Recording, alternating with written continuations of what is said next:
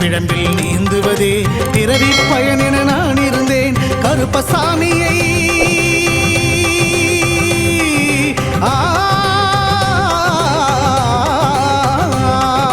கருப்பசாமியை பார்த்தவுடன் விதிகளும் விலகி ஓடியதே வெறுப்பென வாழ்ந்த வாழ்க்கையை மாற்றி சிறப்பாய் வாழ வைத்தவரே புலிகரை நோக்கி புறப்படுவோம் நம் கருப்பனின் அருளை தினம் பெறுவோம் புலிகரை நோக்கி புறப்படுவோம் நம் கருப்பனின் அருளை தினம் பெறுவோம்